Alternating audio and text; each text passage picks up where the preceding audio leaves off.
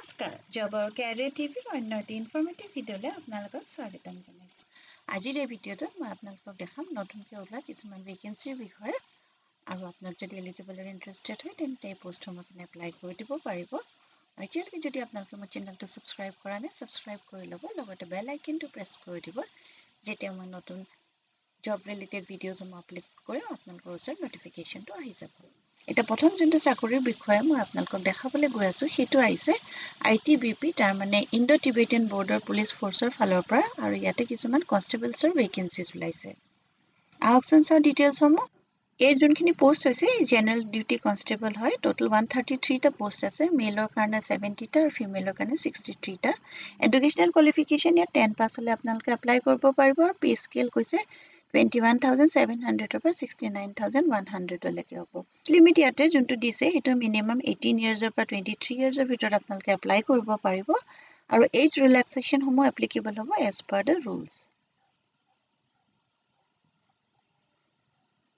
ইয়াত এটা application fees আছে। জেনেৰেল OBC আনৰিজাৰ্ভ কেটেগৰী আৰু EWS কেটেগৰীৰ কাৰণে 100 ৰুপিজ, বাকী SC ST ফিমেল কেটেগৰীৰ কাৰণে একো এপ্লিকেশ্যন ফিজ আপোনালোকে দিব নালাগে। এই পোষ্টসমূহৰ কাৰণে আপোনালোকে অনলাইন এপ্লাই কৰিব লাগিব যদি আপোনালোকৰ এলিজিবিলিটি ক্ৰাইটেৰিয়া মিলে। আৰু যোনটো অফিচিয়েল ৱেবছাইট হৈছে ITBP, এইটো recruitment.itbppolice.nic.in। এইটোত আপোনালোকে গৈ পেলাই 2 এপ্ৰিললৈকে আপোনালোকৰ সময় আছে, আপোনালোকে এপ্লাই কৰিব পাৰিব। এইখন হৈছে ITBPৰ অফিচিয়েল ৱেবছাইটখন, য'ত গৈ পেলাই আপোনালোকে এপ্লাই কৰিব লাগিব। লগইন ফৰ অল ৰিক্ৰুটমেণ্ট, আৰু নিউ ইউজাৰ হ'লে আপোনালোকে ইয়াতে ৰেজিষ্ট্ৰেশ্যন কৰিব লাগিব আৰু লগইন কৰিব লাগিব যদি আপোনালোকৰ ওচৰত অলৰেডি আছে। এইখন হৈছে এডভাৰটাইজমেণ্টখন, যোনখনত ডিটেইলছ মেনশ্যন কৰা আছে। এতিয়া মই আপোনালোকক ডিটেইলছসমূহ আৰু এবাৰ দেখাই দিছোঁ। অফিচিয়েল নটিফিকেশ্যনখন খুলি পেলাই ইয়াতে গৈ আপোনালোকে ক্লিক কৰিব।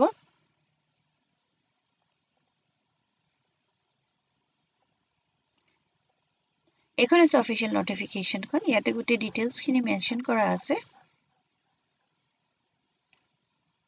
ইয়াতে যোনটো এপ্লিকেশ্যন প্ৰচেছটো 4 মাৰ্চৰ পৰা ষ্টাৰ্ট হৈছে আৰু এইটো 2 এপ্ৰিললৈকে হ'ব।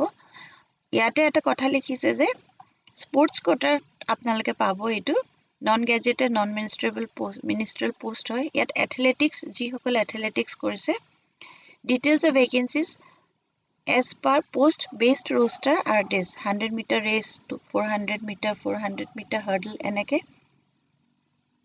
এইবিলাক বিষয়ত যদি আপোনালোকে কিবা প্ৰফিচিয়েঞ্চি আছে বা তেতিয়া আপোনালোকে এপ্লাই কৰিব পাৰিব। তাৰপিছত ইয়াতে নেক্সট চুইমিং আছে, 100 metre freestyle 200 metre freestyle. আপোনালোকে যদি চুইমিং কৰি থৈছে, চুইমিঙৰ আপোনালোকৰ চাৰ্টিফিকেট আছে, বা আপোনালোকে কিবা যোনবিলাক কম্পিটিশ্যনছ হয় সেইবিলাকতো যদি আপোনালোকে পাৰ্টিচিপেট কৰিছে, তেতিয়া আপোনালোকে এই পোষ্টকেইটাৰ কাৰণে এপ্লাই কৰিব পাৰিব। শ্বুটিঙতো আছে 10 মিটাৰ পিষ্টল, 25 মিটাৰ পিষ্টল এনেকৈ কৰি। বক্সিঙত আছে, ৱেইট লিফটিং আছে, টাইকোৱাণ্ডো আছে, আৰ্চাৰীত আছে, জিমনাষ্টিক, কাবাডী, হকী, ফুটবল, তাৰপিছতে এইবিলাক কাৰাকিং, গোটেইখিনিতে টোটেল 27। ইয়াতে কৈছে যদি আপোনালোকৰ medal winner position holder participate কৰিছে তেতিয়া আপোনালোকে এপ্লাই কৰিব পাৰিব। বাকী পে স্কেলটো 21,700 বা 69,100। আদাৰ এলাউন্সেছো থাকিব। এলিজিবিলিটি আপোনালোকৰ মিনিমাম 10 পাছ হ'লে আপোনালোকে এপ্লাই কৰি দিব পাৰিব। এইখিনি এবাৰ চাই ল'ব, এলিজিবিলিটি ক্ৰাইটেৰিয়াখিনি এবাৰ আপোনালোকে ভালকৈ পঢ়ি চাই ল'ব, ইয়াতে মেনশ্যন কৰা আছে।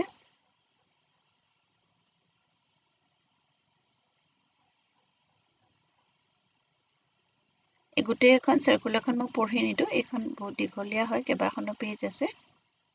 আপোনালোকে এবাৰ চাই লৈ পেলাই যদি আপোনালোকৰ এলিজিবিলিটি মিলে আৰু আপোনালোকে যদি ইণ্টাৰেষ্টেড হয় তেন্তে এই পোষ্টকেইটাৰ কাৰণে এপ্লাই কৰি দিব পাৰিব।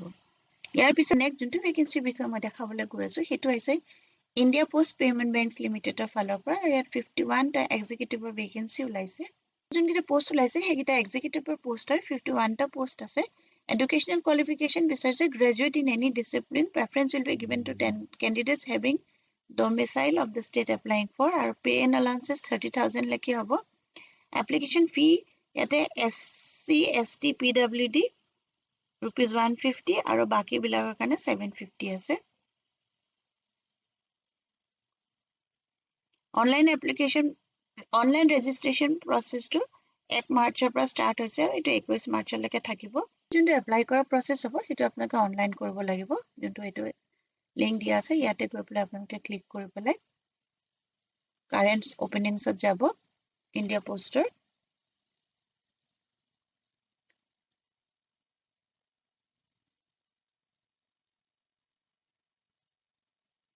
এখন এপ্লিকেশ্যনখন হয় আৰু এইটো এপ্লাই অনলাইন হয়।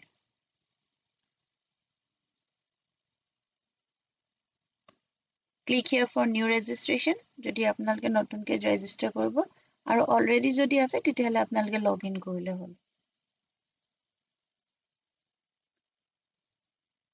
এডভাৰটাইজমেণ্টখন ইয়াতে আপোনালোকে ডাউনলোড কৰি ল'ব পাৰিব। এখন 21 পেজৰ হয়, আপোনালোকে এবাৰ এইখিনি গোটেইখিনি পঢ়ি চাই ল'ব। 1 তাৰিখৰ পৰা 21 তাৰিখৰ ভিতৰত এপ্লিকেশ্যন প্ৰচেছটো চলিব। এক্সিকিউটিভৰ যোনটো এজ লিমিট দিছে 21ৰ পৰা 35 ইয়াৰ্ছলৈকে হ'ব।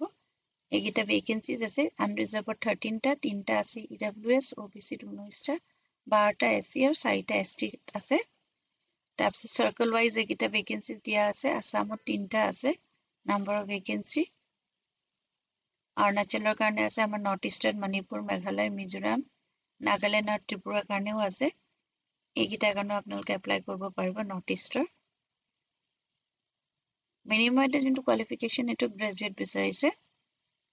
এইখিনি জব ডেছক্ৰিপশ্যনখিনি এবাৰ আপোনালোকে চাই ল'ব। এইকেইটা কণ্ট্ৰেকচুৱেল পোষ্ট হ'ব। এপ্লিকেশ্যন ফিজ কৈছোৱে মই অলৰেডি। অনলাইন এপ্লাই কৰাৰ আগতে আপোনালোকে এবাৰ এই ডকুমেণ্টছখিনি ৰেডি কৰি ল'ব। ইয়াতে আপোনালোকক লাগিব স্কেন ফটোগ্ৰাফছ লাগিব, ছিগনেচাৰ লাগিব, বাকী যোনখিনি আপোনালোকৰ এডুকেশ্যনেল কোৱালিফিকেশ্যন আৰু ডকুমেণ্টছ আছে, পাৰ্চনেল ইমেইল ID এইখিনি গোটেইখিনি আপোনালোকে ৰেডি কৰি ল'ব। এইটো লিংকত আপোনালোকে ক্লিক কৰি পেলাই ৰেজিষ্ট্ৰেশ্যন প্ৰচেছটো কৰিব পাৰিব। বাকী এইখিনি গোটেইখিনি এবাৰ পঢ়ি চাই ল'ব। 21খন পেজৰ হয়। অসমত ক'ত ক'ত ভেকেঞ্চিসমূহ আছে। ডিফু, গোলাঘাট আৰু হাফলং দিছে। তাৰপিছতে নৰ্থ ইষ্টৰ কাৰণে অৰুণাচলৰ আলং, ইটানগৰ, জিৰিবাম, উক্ৰল আছে। এইখিনি মণিপুৰ, মেঘালয়ত আছে, নংপু, এনেকৈ কৰি বেলেগ বেলেগ লোকেশ্যনত আছে। এইখিনি আপোনালোকে এবাৰ চাই ল'ব। আৰু যদি আপোনালোকে এলিজিবল আৰু ইণ্টাৰেষ্টেড হয় তেন্তে আপোনালোকে এই পোষ্টসমূহৰ কাৰণে এপ্লাই কৰি দিব পাৰিব। এইটো ভিডিঅ'ত মই জনাবলগীয়া ইমানেই আছিলে। যদি ভিডিঅ'টো চাই ভাল পালে আপোনালোকে লাইক এটা কৰি দিব আৰু এতিয়ালৈকে যদি আপোনালোকে চেনেলটো ছাবস্ক্ৰাইব কৰা নাই ছাবস্ক্ৰাইব কৰি ল'ব। আকৌ এটা নতুন ভিডিঅ' লৈ লগ পাম। ধন্যবাদ।